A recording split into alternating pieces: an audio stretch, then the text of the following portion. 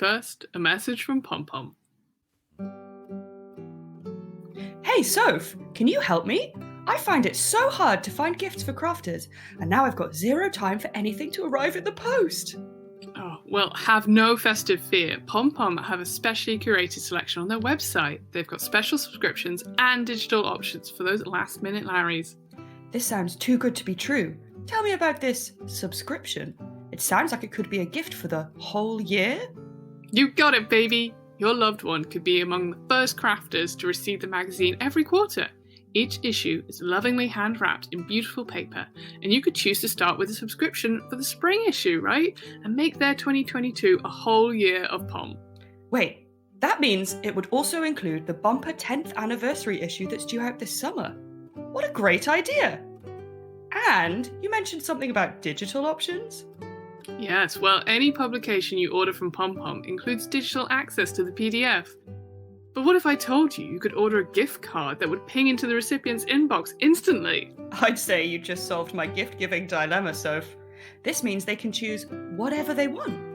I know, imagine that. Check out these delights and more at pompommag.com/shop. pompommag.com/shop, you say? I'm going there right now. Great. Now, onto the Pomcast.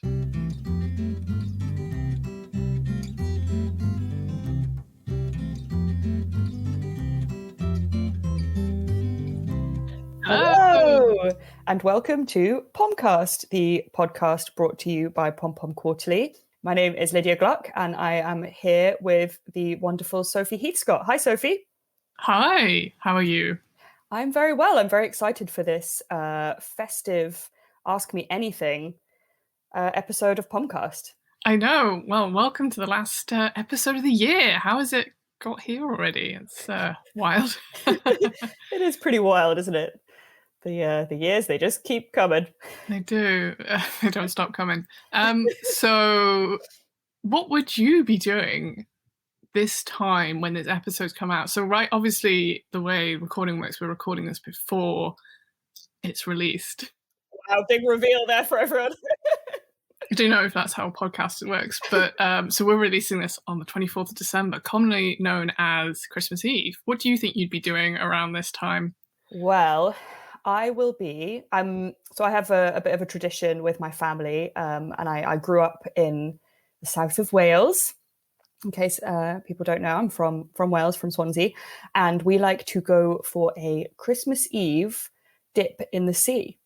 And when I say dip, I mean dip. I'm not really a very cold water swimmer, so it's more of a kind of sort of run around a little bit to warm up, then run into the sea all together, and everybody's going like woo, and then you kind of dunk, and then run back out of the sea, and afterwards drink some delicious mulled wine. My auntie is Swedish, so she makes some traditional Swedish glögg, and then we drink that and try and warm up. And it's a very nice little way to spend some time together. Sometimes we even wear silly Santa hats while we run in the sea. That's great. That sounds bracing, I think the phrase is I'm going to use, rather than freezing. So bracing is absolutely the correct word. Good work. How about you, Soph? I will probably be, our tradition is watching Muppets Christmas Carol. Great choice. So yeah, I'll be watching Muppets Christmas Carol with my fam, all being well. And we'll probably have some nice snacks. It's usually a bit of a pre-Christmas Day tradition. And yeah, just a nice relaxing time. That will really be the only thing on the to-do list, which I think is a good thing. Yes, minimal to-do lists are ideal over any kind of holiday period, aren't they? There's a danger of getting sort of back-to-back plans and maybe not having that time to just sit and eat some Christmas snacks. Indeed. Festive snacks.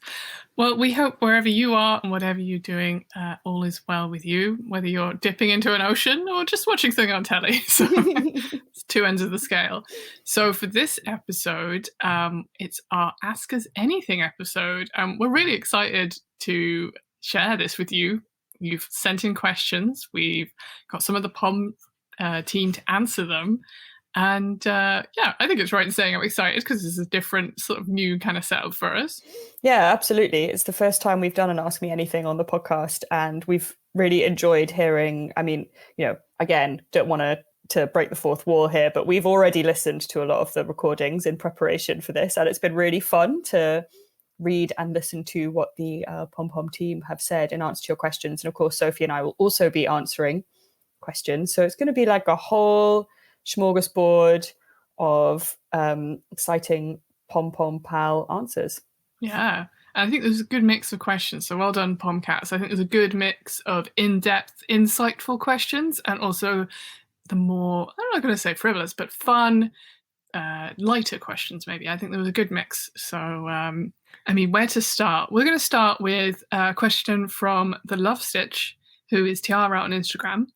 And they asked about the favourite of the year. So favourite book, favourite pattern, favourite Pom-Pom issue. And we're going to start with Amy and see what she had to say. Hello, Amy here, managing editor. And my favourite issue or book from this year is Spring 2021. It came out while I was on maternity leave, and it was a lot of fun to receive the issue all wrapped up like I was a subscriber again, having not sneaked a peek at the images. It was a great surprise, and I spent many, many nighttime hours whilst on maternity leave dreaming up fun colour combinations for the lovely knits in this issue. Oh, it's so nice to think about Amy on her maternity leave, like waiting until the issue is released properly so she can relive her subscriber days of Pom-Pom. I think so many other people maybe relate to that if they are subscribers, the magic of a Pom issue arriving in your door all lovingly wrapped. Yeah, oh, so sweet. All right, we have another Pom answering that question. This time we're going to hear from Sophia. Hi, I'm Sophia and I am Pom-Pom's social media and digital content coordinator. And my favourite book from this year, well, it's not a book actually, it's an issue. It's issue 38, our autumn 2021 collection. And it's my favourite from this year because I want to knit everything from it. There are a few issues that we've published that I am just completely enamoured with. Obviously I love all of the issues that we publish. But there are a few like issue 29, for example, and issue 31, where I'm just like bowled over by the designs and the styling and the location. And yeah, issue 38 has joined the esteemed ranks of issue 29 and issue 31 in my book. And just the cover cardigan, Sackness, that I just thought that was beautiful. And I've actually just cast on the Sylvatica stole, that sort of beautiful 4-ply and mohair, sort of abstract looking shawl. And just everything about issue 38, the gorgeous location of Keswick Mill and, you know, the styling with knits and linen together. It was just, chef's kiss. I want every Pom-Pom actually to have the rating of chef's kiss. That's the level. I love that. I love that as like a little seal of approval. Oh my God, I can't wait to see Sophia's Sylvatica. All very exciting. I've so enjoyed seeing the colour combinations that people have chosen. Yes, definitely. I think 38 has a place in my heart. I mean, they're all our favourites, of course, but we talked about on the podcast, the other episodes, how getting together to do that shoot in person was a big moment after so long of not being in person in any way, and to have that energy of a collaborative photo shoot. So yeah, definitely. Oh, and Sophia mentioned the linen, beautiful linen clothes that we styled the knits with, and they were of course made by Diva of Phaedra Clothing, who is a long-time Pom-Pom favourite and actually lives in Norwich, which is where I now live, and it was really fun to be able to collaborate with her now that we've become IRL friends, and just see the gorgeous linen with the gorgeous knits. What a great question. Had a little fun trip down memory lane. So who else we've got? We've got Gail sent us not a recording, but I was going to say a text message, but that's something different. She sent us a little bit of text here. Maybe I'll intro Gail and you can tell us what favourite issue. I won't try and do her incredible Austin accent. I know, I won't do that, but just imagine I'm sunshiny Austin Gale. Hi, I'm Gail, Pom-Pom's US studio manager and knitter of 13 years. I take care of the goings-on in the US office and manage the shipments of books, magazines, and any other fun little thing you can find on our website to shops and people in the States. My favourite issue from the last year or so was issue number 34, Autumn 2020, the home issue with guest editor Ocean Rose. It holds a special place in my heart for the soft, intimate collection of patterns, the models, and the moment in history it was released. There are so many cabley knits in this issue to keep you cozy at home during the cold months. Over the last year, I've loved making a Wandering Flock rainbow sherbet version of Delphinus and a Valkyrie Fibers dark forest green version of Atlantica. Next on the list are the Nea scarf and crossfade shawl. Gorgeous. Well, thanks, Gail, via Lydia. We'll have photos of Gail's projects on the show notes on the blog because you need to see that rainbow sherbet version of her jumper. It's really beautiful. You really do. And I love that description of it. Gail always has such a wonderful way with words. Yeah, thanks, Gail. So, Lydia, I'm going to throw the question over to you. What's your fave from this past year or so? So, as we keep saying, we love all the things we publish. We wouldn't publish them otherwise. But I've chosen as my favourite issue number 39, which was our winter issue from this year, from 2021, which was the rhythm issue. So when we sent out the call for submissions, we wanted designers to design knits that were inspired by rhythm in some way. And that was kind of like an open interpretation of rhythm. So it could be very much tied to music or drumming or, you know, some kind of rhythm that you could dance to. Or the kind of more like metaphorical rhythm of a life, for example. And we also had the wonderful Lydia Morrow of What Lydia Made is her Instagram handle. She directed the shoot and she modeled, and I just feel like it was a really wonderful collaboration, getting to work with her, another Lydia. I'm always very pro other Lydias. But also I am a great lover of music, as many people are, and I just really enjoyed how the concept was interpreted by the designers. And there's a lot from that issue that is on my to knit list, including the cover star, which is Polyrhythm by Johanna Kunin. And I would like to make it in, I think I've already said this, in pink and yellow, or pink and green, which are my two main colour combos. So I'm going to go with that one. How about you, Soph? I think from this year, I'm going to go with a book, Moon and Turtle, which takes so many elements which I think are so fundamental in good, comfy knitwear. And I think that is a lot of the time, that's like ticking a lot of boxes that I'm looking for in making my own clothes. Like I want to have something that's comfy, something that's going to I'm always going to want to wear, you know. And if you're putting the time into making it, I think, because it also, Moon and Turtle has so many of those customizable options as well. I'm thinking especially about the Jinsan cardigan, because it looks like a big hug. Everyone needs more comfy, cozy clothes, definitely, especially this time of year. That's very true. There's also so much lovely colour work in that book. Oh, yeah. I mean, I didn't even start on how much I love Cordy, which is the front cover with that amazing colourful yoke. So dreamy. Yeah, very dreamy. All right. Speaking of things we love, which is a lot of good vibes in this episode already, we have a question from Lemony May, who sent us a message via Instagram that I found on their profile. They're called Emily, but I like Lemony May. It's a very good name. They asked a project that we loved every stitch of. And first of all, we're going to go back to Sophia to see what she loved. Hi. One project I enjoyed knitting every single second of was Mafadi from issue 31. That's our terrain-inspired issue.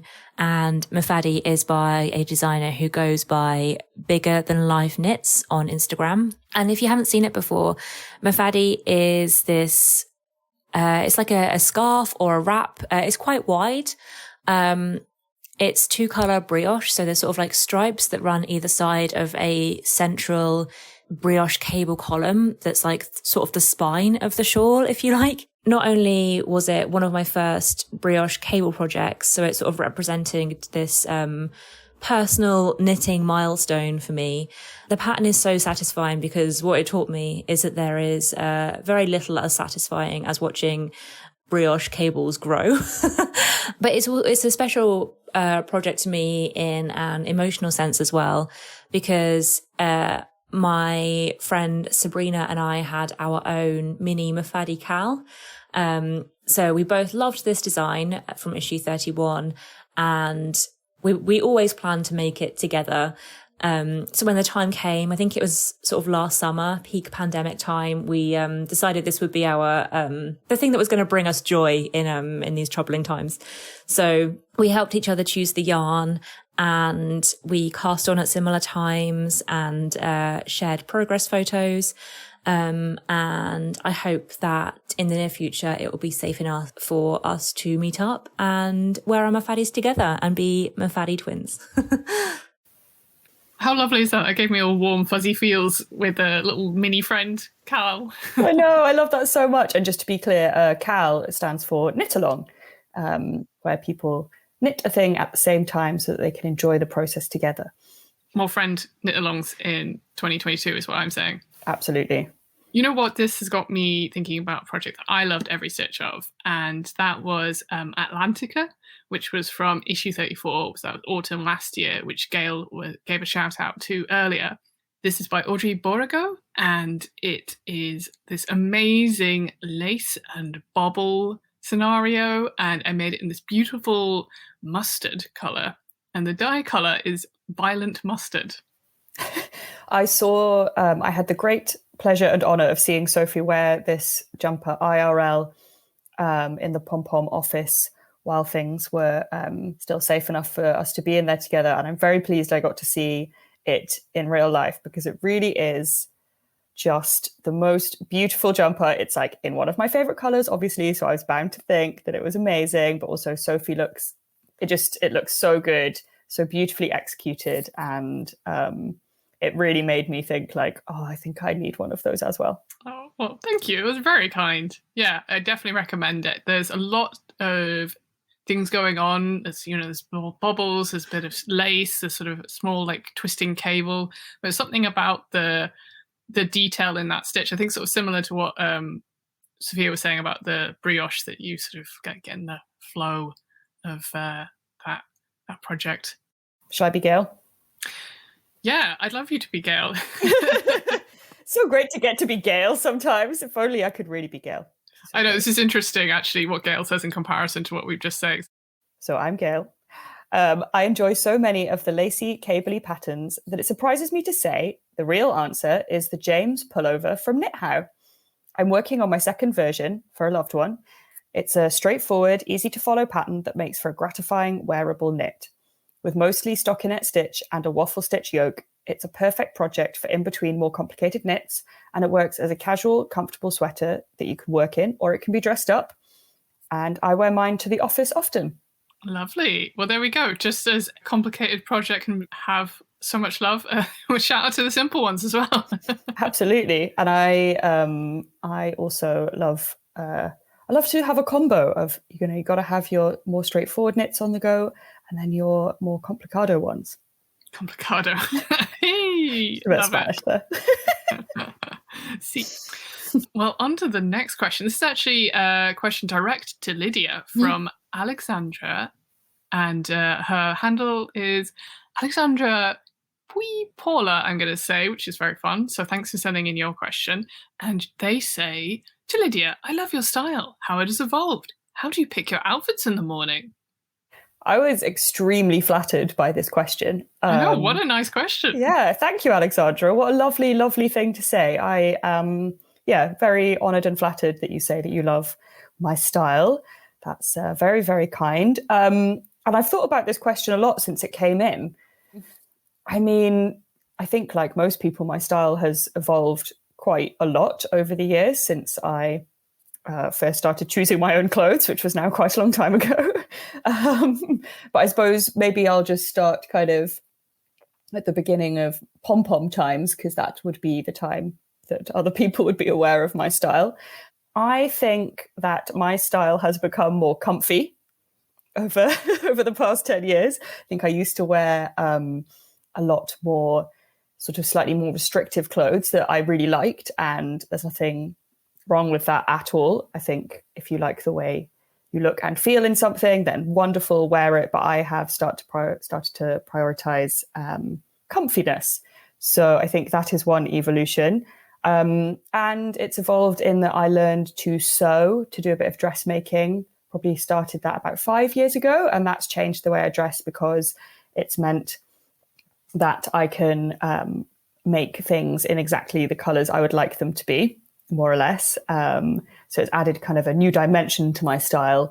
And I've started to develop a sort of almost Steve Jobs style. I mean, I hate to say it, but, he was famous for wearing a sort of uniform. But my version is I like to find a sewing pattern that, is the kind of thing that I want to wear, whether it's, trousers or a skirt or a dress or top. And then to make that, make any adjustments I need to make, and then to just remake that same thing in various colors. And then another thing I like to do is to make matching top and trouser sets so that they can be a jumpsuit, but that I can also wear them separately. When it comes to knitting, again, I think I do, as much as I love trying new things and making new things, I can sometimes get in a similar kind of situation where I want to make the same kind of thing in lots of different colors, or like lots of different kinds of yarn, which is kind of where the Raglan book came from. And, so I'm actually at the moment wearing the cover star from Raglan, knit in Ching Fibers, Surrey alpaca. And, this particular version of the Raglan has this kind of like dreamy, ethereal feel. But then you can, I've also got one in like a really woolly wool. It's almost like, I could imagine like a farmer wearing it out in the field. And so I think that's probably has been quite a big influence on my style. And how do I pick my outfits in the morning? Well, I have about 4 outfits just in different colors. So that's kind of how. As I was thinking about this, and I was like, I don't know really. I love, now that I'm lucky enough to have lots of clothes in colors that I really enjoy. I guess I have color combinations that I'll go back to again and again. So, probably, today, for example, I'm wearing some chartreuse trousers that I made, wearing some pink leggings underneath that I made, and I'm wearing my fluffy purple Raglan. And this is probably an outfit I've worn several times before. So I would say there's a lot of outfit repetition here. But that I tend to go for colors that I find to be very pleasing. And that's like a nice way to start the day, to be like, ooh, I'll wear the yellow thing with the pink thing again. But like, that always makes me really happy. And I still love that combination. So I hope that has answered your question, Alexandra. The secret is to dress like a cartoon character. It kind of is, yeah. Just don't be afraid to be a repeater. Be comfy. yeah, exactly. Very interesting. All right. Well, we're going to hand over to another Pom to answer a question from Kiku Corner via Instagram. And they have asked, can you take us step by step how an issue is made? And so for the answer of this question, we're handing over to Belinda Johnson, who is our marketing and publishing director, who actually was the interviewer on last episode. So here we go, Belinda. This is how you make a magazine. Hi, Belinda here, your favourite publisher and marketing director from Pom-Pom.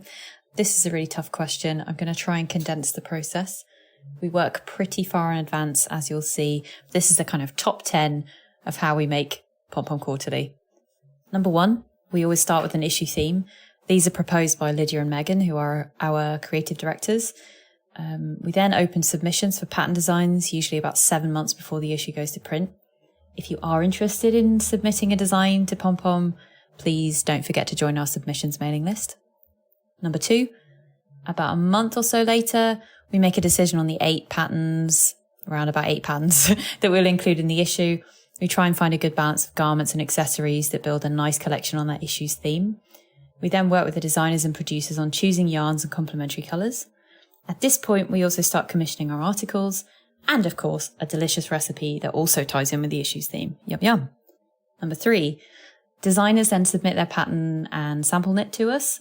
Sometimes we also work with extra sample knitters if we need additional pieces, say different colours or some with alterations, usually for the photo shoot. Number 4, photo shoot time. We tend to share these out across both our locations. So we do some in the UK and some in the US. We find fantastic photographers, models, hair and makeup artists, and they all make up our shoot teams and spend a day or so making those knits shine. While this is going on, we also work with our illustrator, Amy Blackwell, on the schematic drawings that accompany each pattern. Number 5, patterns are tech edited by Jemima Bicknell and Laura Chow.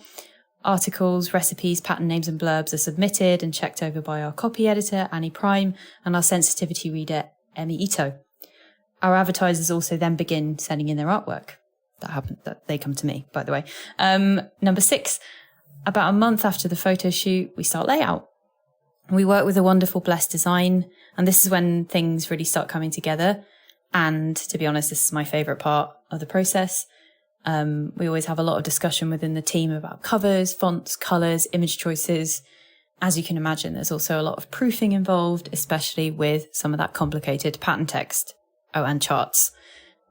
Number 7, to the printers. Once everything has been checked over at least 1 million times, we send files to print at Park Communications in London. Proofs arrive usually the next day, or if it's a Friday, they'll come Monday. At the moment, they come to my house. Thanks, lockdown. So I get a big tube delivered to me with some giant mag sections. Unfortunately, the only space I have big enough in the house is my bed. My cat is always super interested in them too. Number 8. As long as everything is A-OK with the proofs, we sign off and the magazine starts getting printed and bound together. We wait about a week before delivery, and during this time, we'll start preparing everything to open up pre-orders, both for our wonderful stockists and our direct customers. Number 9, the magazine arrives, yay! A lot of boxes rock up at our offices in both London and Austin.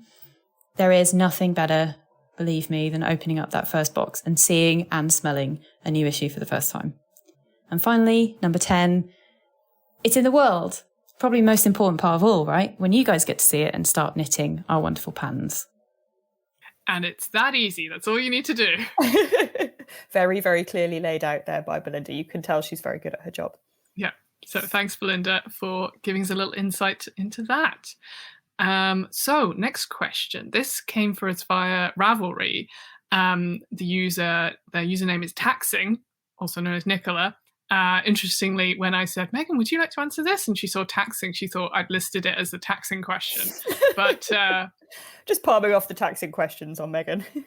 Yeah. But this is actually, I'd say, quite a deep question, something that's really is interesting to think about, which was Nicola was asking about what do we consider the greatest milestone in the evolution of Pom?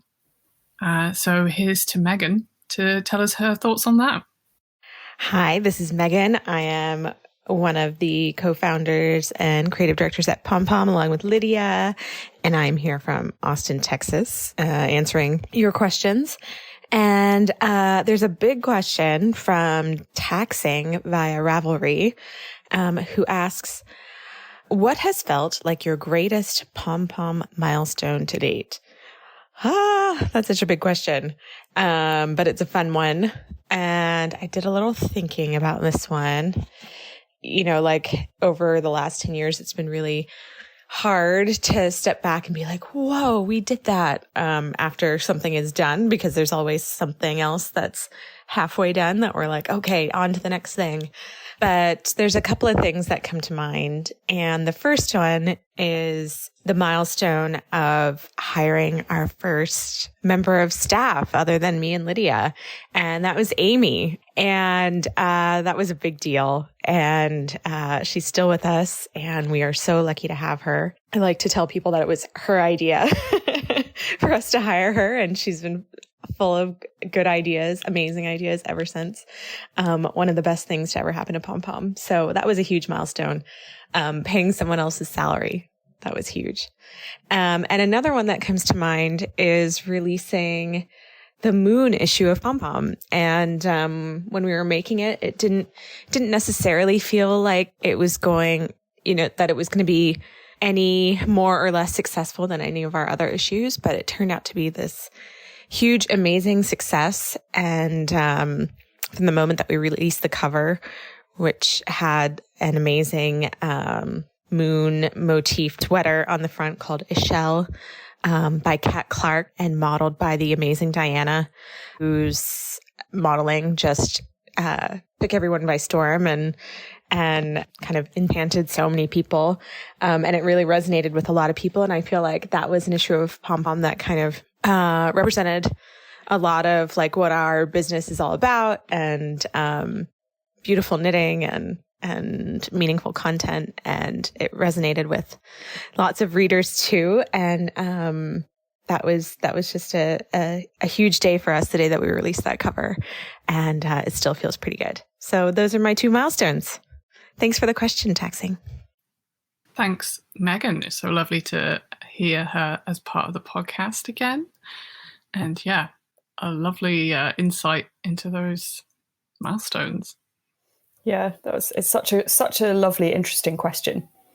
Yeah, we actually had Gail want to answer this one as well. So I'll be Gail this time.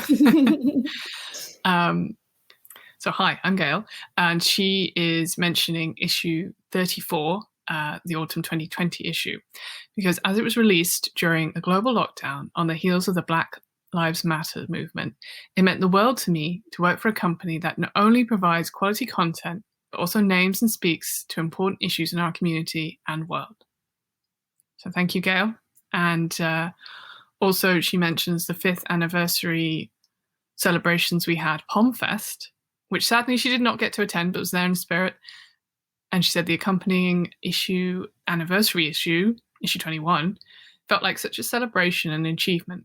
To succeed as a beautiful collectible print magazine in a world where print media was fading is something that makes me really proud to work for Pom-Pom. The issue was also a double cover, extra pages, extra fun, and complete with gold foil on the cover. Oh, as always, Gail is just a ray of sunshine. Yeah, she's the gold foil on the cover. Yes, she absolutely is. Oh, thanks so much to Megan and Gail for those. And well, you and I, Sophie, were talking about this before we started recording. This episode's got me more introspective than I expected. Yeah.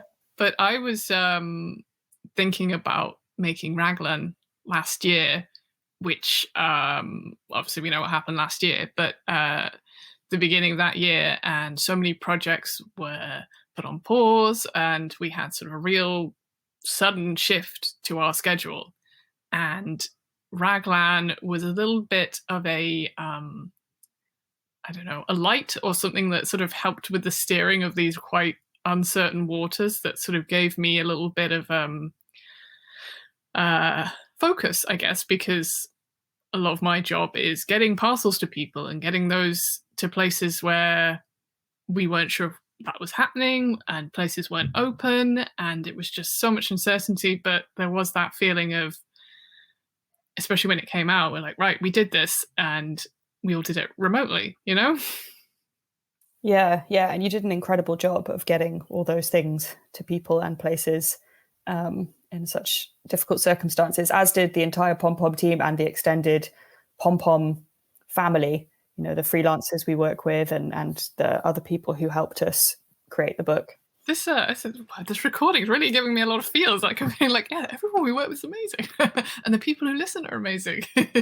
Yeah, and it was a really special project for me because it was something that I had been talking about wanting to make for a while, and having the support of the Pom-Pom team saying like, yeah, it's a great idea, and everyone kind of pulling together in particularly difficult time to make this incredible thing come true. There's no way, obviously, that I would ever be able to make something like that by myself. It's always very much a team effort. And yeah, I think like you, Soph, I felt like it was really nice to have something to work on, you know, to focus on, and also something that I was working on with the Pom-Pom team so that we could all kind of be doing it together. Yeah, very important. So thanks again, Nicola, for that question. Getting us all introspective. I liked it. Now, here's a fun one. This is, I don't know how to pronounce this username, and then I couldn't find their username on Instagram, but it's EMVICP. So MVIP. Yeah. Yeah. And they've asked a great classic question. When did you learn how to knit / crochet? It is a classic question indeed. And we have some other Pom-Pom people answers here. So we can go back to the wonderful Amy. Amy here. I first started knitting in 2009, and initially I would cast on lots of projects and very rarely finished any of them. I definitely wish that a book like Knit How existed when I first started out. And to be honest, I am yet to learn to crochet, but I'm thinking that maybe a future Pom-Pom book might be enough to get me hooked. I love it. Amy is already saying some sneaky plans what we've got coming, so I love it. I also love that I feel like more or less since Amy started, every New Year's we've said that her New Year's resolution will be to learn to crochet, but of course for sure she is waiting for a certain publication to be realized. Then she'll get hooked. Hey. And you know what? We've heard from Gail again. Would you like to be Gail this time? I would love to be Gail. Okay. Gail says, I started knitting in my mid-20s when I got snowed in with family over one fated Christmas holiday trip to New York. My cousin and sister taught me to knit that winter. I'm so glad to have learned, and I haven't stopped knitting in years. Well, that's very true, Gail. I also love that she started knitting in the snowy winter time. Yes, very evocative, very beautiful. When did you learn? So I learned, my mum taught me when I was very little, but it didn't really kind of stick then. So I learned, I think I'll trace it back to when I was at university in Manchester. So I would have been about 18 or 19, and I had a housemate who was knitting. And I thought, I would like to do that. And then I was home for some holidays soon after I had this thought that I would like to learn to knit. And it was very rainy. I was in Wales. It is often rainy there. So I was inside and I thought, now's the time. And I taught myself to knit from a book. But it wasn't really a learning to knit book. Well, that's not true. I learned to crochet first. Tried to learn to knit based on this series of thoughts that I have explained. But knitting I found quite confusing at first. And this book that I had both knitting and crochet. And crochet I found much easier at first. And that seemed to kind of work for me. So I learned to crochet, and then later I did pick up knitting. So not too long after that. So it's been now a good maybe 14 years or so since I learned. How about you, Soph? I can't remember exactly the moment, but I know it must have been around when I was 6 or 7. I'm very fortunate that I have a huge matriarch, I suppose is that word, a matriarchal knitting community that with my mom and both my grandmas, and even patriarchal with my dad knows how to knit. He made himself a Middlesbrough football scarf, very famously, because he wanted that. So my nana taught him to knit. And I very vividly remember being sat in a chair in the living room in our old house. And when I would, in those early years of knitting, I'd have to imagine myself back in that chair to know what to do, to know which hand was where. I guess that's the kind of learner I am. Wow, that's so interesting. So now I don't have to do that. I can just pick it up and go. But that's sort of, I'm very fortunate in that knitting's always been sort of in my life as a hobby and a pastime. But also I think I also learned how to knit when I started working at a knitting shop, because I was a knitter, but I wasn't like capital K knitter, right? You know? I mean, same, absolutely same. Yeah. It was just amazing. I feel so fortunate that I was, in that great melting pool of customers and the staff, the people I worked with, like yourself, like Megan, like Juju, who've had on the podcast, who sort of opened this door to this whole other community. And look where I am now, right? Well, our next question comes from Avanalian via Instagram, whose name is Kel. And they have asked, do you guys have any snacking while crafting tricks? And it seems that we all pretty much do. But we'll go first to Gail, who has answered this question. And Sophie, would you like to do the honours and be Gail? Okay, I will try and evoke the entertaining style of this answer. Haha, a straw in your drink on the side table? A loungewear that I don't mind wiping my hands on? Just kidding. But I'm not too precious about eating around my knitting. It's going to be washed anyways. And then she says, apple slices are good too. You're not wrong. She's not wrong. We ended up having a kind of little staff convo about this question, and I don't think we can quite recapture that, but I feel like there was one thing I remembered in particular from that conversation, because it really centered around crisps, known as chips in the States, and there was a lot of discussion of how to eat crisps without getting sort of crisp flavor dust on your hands. What was the answer? There were various answers. One of them was using chopsticks, which is a very smart way to do it. There was talk of snacks that were kind of round, so you could easily sort of shake them out of the packet or into your mouth, I think. Was that the... Alice's was saying, like, yeah, if it's a spherical snack, then you don't need to touch it. You just implement the bag rolling system, just like a trough, right? You roll that in. And that was, I think, Maltesers, which are not crisps, but they are round, were mentioned. But I also think that we were talking, crisps with minimal crisp dust. I think you said pretzels. Yeah, here's the thing. I don't really snack while I craft. I'm more of if I do, then I'm going to have like maybe a biscuit with the hot drink I'm having, because I am averse to the sticky paws while crafting. I'm going to take a break and then I'm going to have something. That's just how I roll. I mean, that seems very sensible, and I applaud your techniques. I, however, am very much on the snack whilst do things.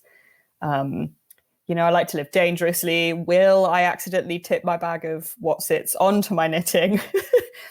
It's not happened yet, but it could. And what would my main tip be? I mean, often if I'm eating something that's that will get on my hands and maybe be greasy, just a piece of kitchen towel or a napkin and hold it in that instead. It's old school. The chopstick crisp technique, that's a good one. And sometimes I do take a little break and eat my snack and then wash my hands and go back to making. I wonder if we're even going to get like questions or like answers from the questions that we answered. So it could be an internal loop of feedback on here if people get in touch being like, guys, I can't believe you didn't say ... Exactly. Yes. We would love to hear. I would particularly love to hear about people's snack techniques, actually. Yeah, I feel there's a whole thing we're missing. All right, but back to the crafting. We actually had a couple of people asking about crochet. And this is via Instagram from Kristen Beisch. I think I'm going to pronounce it that way. Also, this question from Sweet Lorraine. And actually, Amy sort of alluded to this in her question, but we're going to hand over to Megan, who has a little recording about crochet and Pom-Pom. Hi, this is Megan. We had a couple of questions about crochet patterns. One from Sweet Lorraine and one from Kristen Beisch. And both were wondering about more crochet and whether that could be a special issue or just featuring more crochet patterns generally. And the answer is always yes. We love crochet. I super love crochet. And it's something that we love to feature. We don't get that many crochet submissions. So, if you're a crocheter with fabulous crochet ideas, please send them to us. We love publishing patterns and we do have plans for more. So watch this space. It should be very exciting. Thanks for the question. More crochet is what we say. Nice. So we've got a couple of questions left. The next one we have here is via Instagram. The handle is the e-reader from It Follows, whose name is Sarah. And they were asking for advice for people wanting to transition into the yarn emoji space professionally, especially publishing. And we had a similar question from Amelia from Ontario, Canada. And this one was sent via email, which is very exciting. We always love to get email. We love to hear from our Pomcats via any means, but email is a sort of unloved medium, we feel. So if you do want to email us, it's podcast@pompommag.com. And that's exactly what Amelia did. And they asked, For the last episode of the year, I wanted to ask, do you have any tips for starting to design knitwear? More specifically, say I wanted to design a jumper, do I need to design the construction of it from scratch? Or can I use other patterns for the bare bones of the structure and then modify from there to make my own pattern? Interesting. So I think we're going to go with Megan, had some thoughts about transitioning into the knitting emoji space. So we're going to hear from Megan first. Hello, this is Megan, answering a question from the e-reader from It Follows, asking for advice for people wanting to transition into the yarn emoji space professionally. So I'm guessing the knitting, crocheting, yarn space, especially publishing. And that's a great question, and one that we get asked a lot. My advice would be to figure out what makes you different, and really run with that. Especially if what makes you different fills a gap in the industry. So when we started Pom-Pom, there weren't a lot of independently published knitting magazines, or any that I know of, really. And so we wanted to fill that gap and make a magazine that was kind of for us and what we liked, and that turned out to be something that was unique at the time. And I think that's what fiber industry professionals should really strive to do, because that's what will make you stand out from the crowd. And it will also, I think it also gives you a sense of it not being a competition, and it being about there being a space for everyone and a space for your own individual strengths and talents. So I hope that helps. Great advice there from Megan. I'd like to follow that also with, I think this can apply to a lot of things. Don't make the thing that you think people want, like maybe with submissions. Don't design the thing that you think is wanted. Make the thing that you'd be proud to make anyway, even if it didn't get accepted as submission. Yes, absolutely. I would agree with that. And yes, my very good friend Hugh used to always say to me, "You do you." And I think that's a good way to summarize it. I think if you can keep it true to your vision, then that's always the best way to do things. Yeah, and good luck, Sarah, if that is something that you are doing, and all Poms.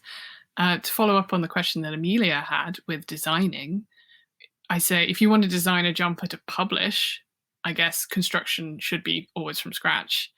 But if you are looking to do something for you, then yeah, taking a pattern, using the bare bones, doing some tweaking for your own personal use. I think Raglan, the book Ready Set Raglan, is a great starting point for that, for sure.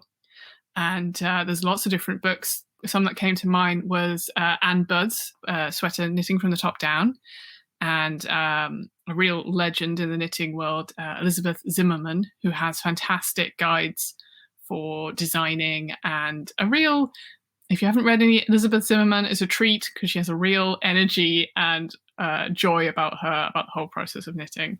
Absolutely, yes. So as Sophie says, there's a big difference between, modifying a jumper for yourself or maybe for a loved one that won't be for sale. But if you are wanting to design, like Sophie said, there's wonderful books that have been written specifically to aid designers, and they would be a great place to start. So good luck with your making, Amelia. Yeah. Okay, we're getting back onto the introspective questions. This is the one to end, actually. So this one's via Instagram. The handle is Georgia Isabel. Your name is Georgia. How nice to meet you. And they have asked the biggest lesson that you've learned from making Pom-Pom. So again, with the introspective questions, and Sophie, would you do the honours and be Gail for the last time during this Ask Me Anything? Nice to hear from Gail again, because Gail gave a great answer, which was how truly customizable knitting patterns are. Changing the length, yarn/colour choice, shape, anything can transform a pattern into something perfect for you. I think this kind of follows on from that question that Amelia had about modifying or designing, that really, I guess, once you've got a few skills under your belt, you really can start making knitting work for you and have those transformations that are in your hands.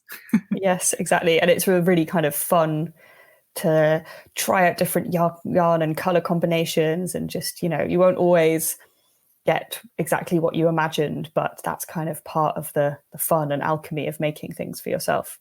For sure. Yeah. Have you had any big lessons, Lydia? So I think at some point during one of her answers, Megan mentioned that we've been making Pom-Pom. It's now very nearly 10 years. Next year, 2022, will be the official 10-year anniversary of Pom-Pom Publishing. It's hard to think of the very biggest lesson that I've learned in the last 10 years through Pom-Pom. But it struck me that actually teamwork is probably it. I think that Pom-Pom is very much a collaboration. It might have been started by me and Megan, but Pom-Pom, as it is now, is a team effort, and everybody who works on it is, contributing equally. And it's just such a joy to work with people who I like so much. And I feel very honored that they want to work on something that Megan and I started. And I feel really lucky, actually, to work with such a wonderful team. And that team extends outside of our kind of core staff, because, of course, we have incredible freelancers like our graphic designers and copy editors and sensitivity editors who work on most issues. And then, we have the people we commission, the incredible designers, the people who make the yarns, test knitters, people who make things from Pom-Pom, people who listen to the podcast. There's just so many people involved in this. And I think that the lesson I've learned is that doing things with other people is one of the great joys that life has to offer. It's very powerful. Thank you. Fortunately, I was going to make a joke. My answer was always send things with a tracking number. So, I mean, also a very useful life lesson. For sure. But that was a really lovely note to end on. Thanks, Lydia. Teamwork is nice and good. Yes, that was my summary on our notes. Yeah. That's good. Okay, so that brings us to the end of our first ever Ask Me Anything podcast episode, and the last episode that we'll be releasing during the year of 2021. Yeah, thank you for listening. We will have a little break in January, so there won't be any episodes the first month of next year, but our first episode will be the 4th of February, and we'll be back then for another season of Pom Chats and interviews, and we look forward to seeing you in the sense then. We hope you have a wonderful festive break and start to your new year, and we look forward to bringing you Pomcast in February, as Sophie said. Take care, Poms. Bye! Bye! Pomcast is produced by Lydia Clark and Sophie Heathscott, along with the team at Pom-Pom Quarterly magazine. You can buy your copy of the magazine and subscribe too at our online shop. That's pompommag.com/shop.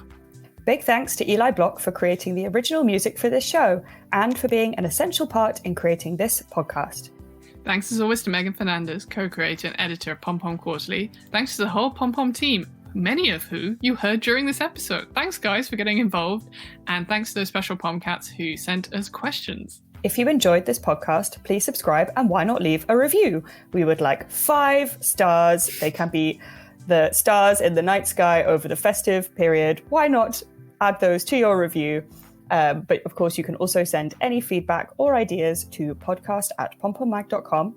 And don't forget to keep in touch with us via the podcast group on the Pom-Pom Ravelry Forum.